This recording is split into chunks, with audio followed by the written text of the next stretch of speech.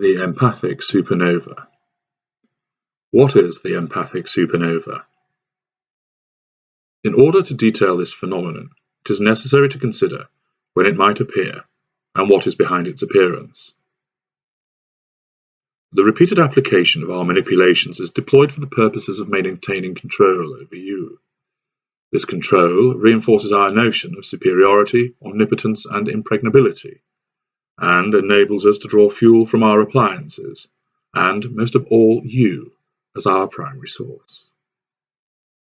I have made mention of the empathic group, the group which lies to the left of the empathic narcissistic spectrum, and within this group there are three schools of the empathic individual: the codependent, the super empath, and the empath. The sustained application of the many and varied manipulations produces results for us. It also takes its toll on our victims. The codependent will cling on, desperate for the self-definition which manifests as a consequence of their ensnarement with us. They will soak up the abuse, the confusion, and the control until they reach a point of breakdown.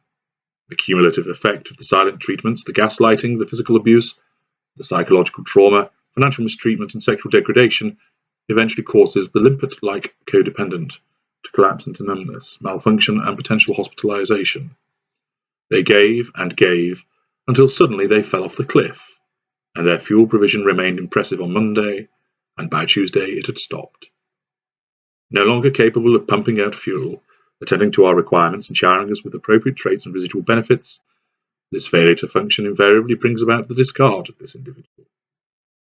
The discarded codependent, although distraught at the loss of the narcissist which they crave, is in no position to try to bring about the resumption of the relationship, and thus, whilst we focus on their replacement primary source, they are allowed a period by which they can recover, and once the lights switch back on again and the fuel starts to pump, the devaluation of their replacement has begun, so we come looking and hoovering for the codependent. Unable to resist because of the nature of the hoovering and their own vulnerability, they are hoovered back in, and the narcissistic cycle continues.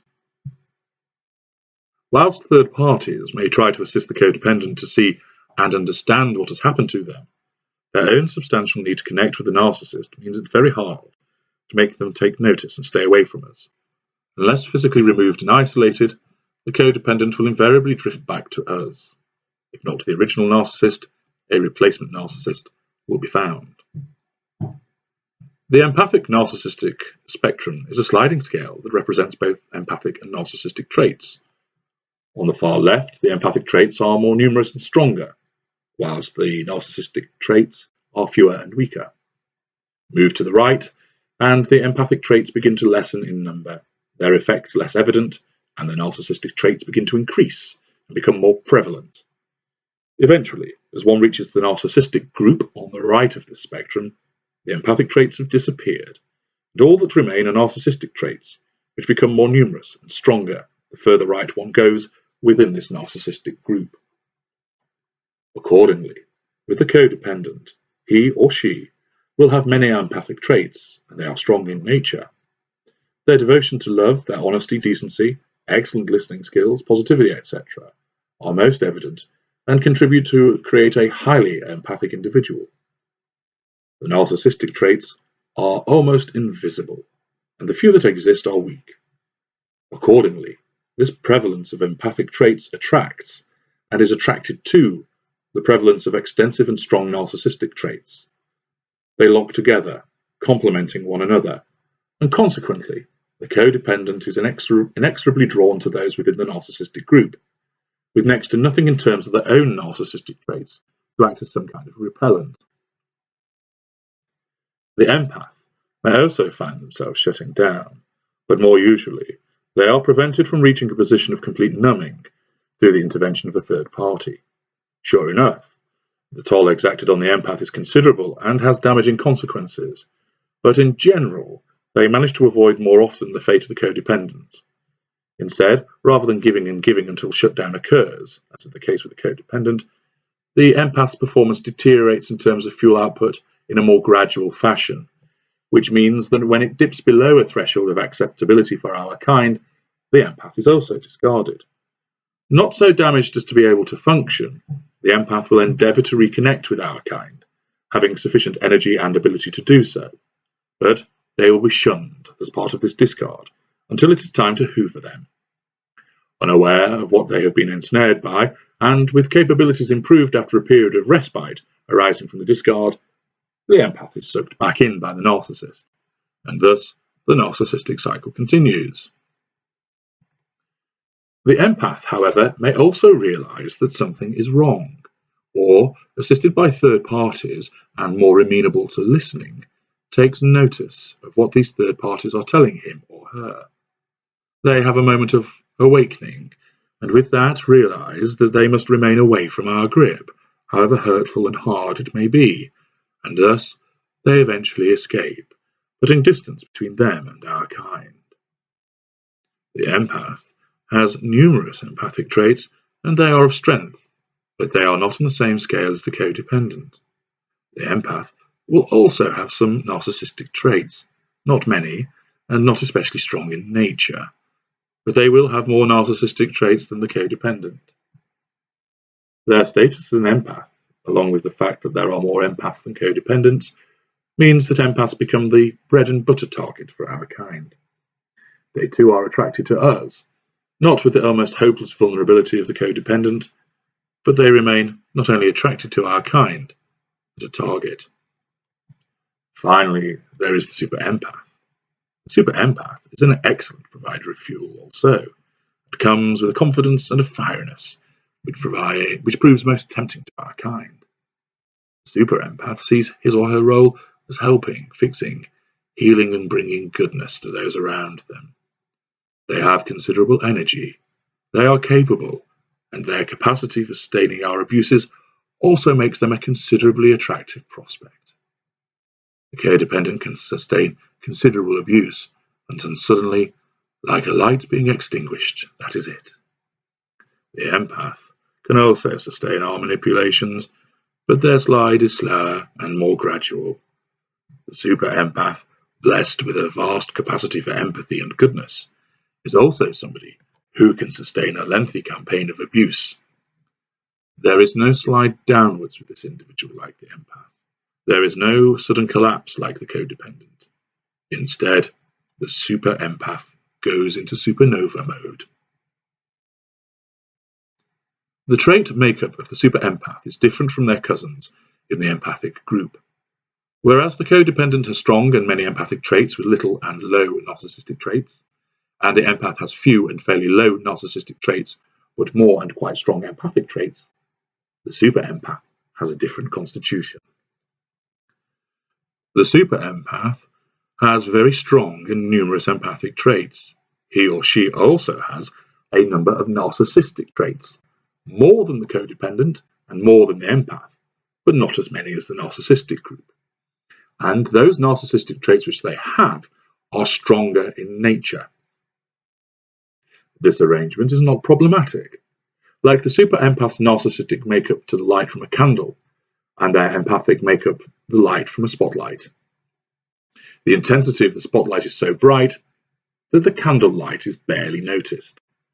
Accordingly, the narcissistic element of the super empath does not ordinarily appear. The super empath behaves in an empathic way, and thus is a prime target for our kind. There comes a time, however, when the sustained abuse and the awareness of the super empath reaches a critical point. Rather than switch off or slide into decline, the super empath will decide that enough is enough. In some instances, this means the super empath will escape and follow a similar route to that of the empath and distance themselves from the narcissist. On other occasions, they enter into supernova mode. When this happens, the super empath will dim their empathic traits. This can only be dimming. The empathic traits cannot be shut off, as they are wired into the empath. Moreover, this dimming can only continue for a period of time and is not permanent. The naturally strong empathic nature of the super empath means that it will blaze bright again. However, when this dimming takes place, the gap between empathy and narcissism in the super empath lessens so that the narcissistic traits are more prevalent. They do not dominate, nor do they take over, but they are allowed to shine. However, whereas in our kind the application of our narcissistic traits is unfettered, since we have no empathic traits, and thus these traits are directed in a malevolent, harmful, and destructive manner, the Super Empath uses these unleashed narcissistic traits for good. This means that they will fight back against our kind and remain in the relationship with us. They will shut off the fuel provision. They will engage in manipulation of us, having learned how to effect it from their accompanying journey with our kind. The Super Empath will wound and wound, striking blow upon blow against the narcissist. It is worth pointing out that the Super Empath does not necessarily know that they are entangled with a narcissist. They may only realize this later. But rather, they know that something is very wrong in the relationship, and it must no longer continue. Thus, when some people ask the question, can you become a narcissist from being with a narcissist? Or can I pick up the narcissistic traits from my experience of being entangled with a narcissist? The answers are no. But if you find that you are exhibiting such traits and you are deploying them against the narcissist, what has happened is that you are allowing your inherent narcissistic traits to have greater prominence. You keep them under control, and you are not allowing them to harm or hurt innocent parties, but rather you are applying them against the narcissist in order to strike back. You always had these traits. You have not gained them by being with us, but what you have learned is how to manipulate from being with us, and now you are turning those manipulations against us. The effect against us is varied. The lesser narcissist will discard immediately with a display of ignited fury as he seeks to escape the turning of the tables. He will need to get away from his empowered Super Empath and find a new primary source straight away. He wants to shrink from this blazing supernova of power, which is causing him considerable difficulty through the cessation of fuel and the wounding from repeated criticism. The mid-range narcissist will find himself in a tormented loop as he tries to assert control. He will not comprehend truly what is happening. He will not want to lose the Super Empath owing to the fuel provision, but he is finding that his ability to manipulate and the reasonable degree of calculation that he has is being sorely tested. He will try to assert his control through passive-aggressive means, even pleading with the Super Empath to stop and, "Why can't you be good to me again?" He will roll out the pity plays and sympathy cards in order to try to achieve superiority again. However, either the Super Empath decides to escape and leaves the Midranger in a confused and bewildered state, or the Midranger slinks away and discards, unable to sustain the fight, and needing a new and far more compliant primary source. The Greater Narcissist will rail against this insurrection and fight back. He will draw on fuel from alternative sources, usually the intimate partner secondary sources, or intimate partner secondary sources he has in the wings, along with the fuel from those non-intimate secondary sources who are his inner and outer circle friends. He draws on many secondary sources. He will relish the challenge shown by the Super Empath, and a real battle of wills ensues, as each combatant deploys manipulation after manipulation against one another. This hammer and tongs clash of the titans sees the Super Empath applying what they have learned, similar to the apprentice turning on his or her master, as the old hand seeks to slap down the irreverent upstart.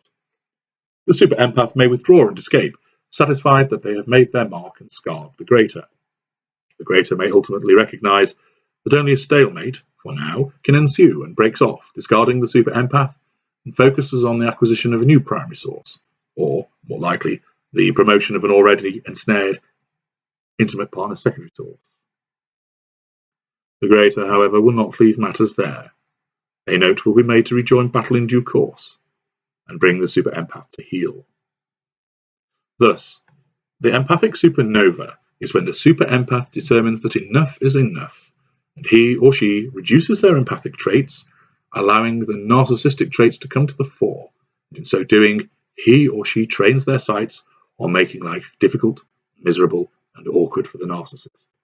This is why our kind proceed with caution with the Super Empath.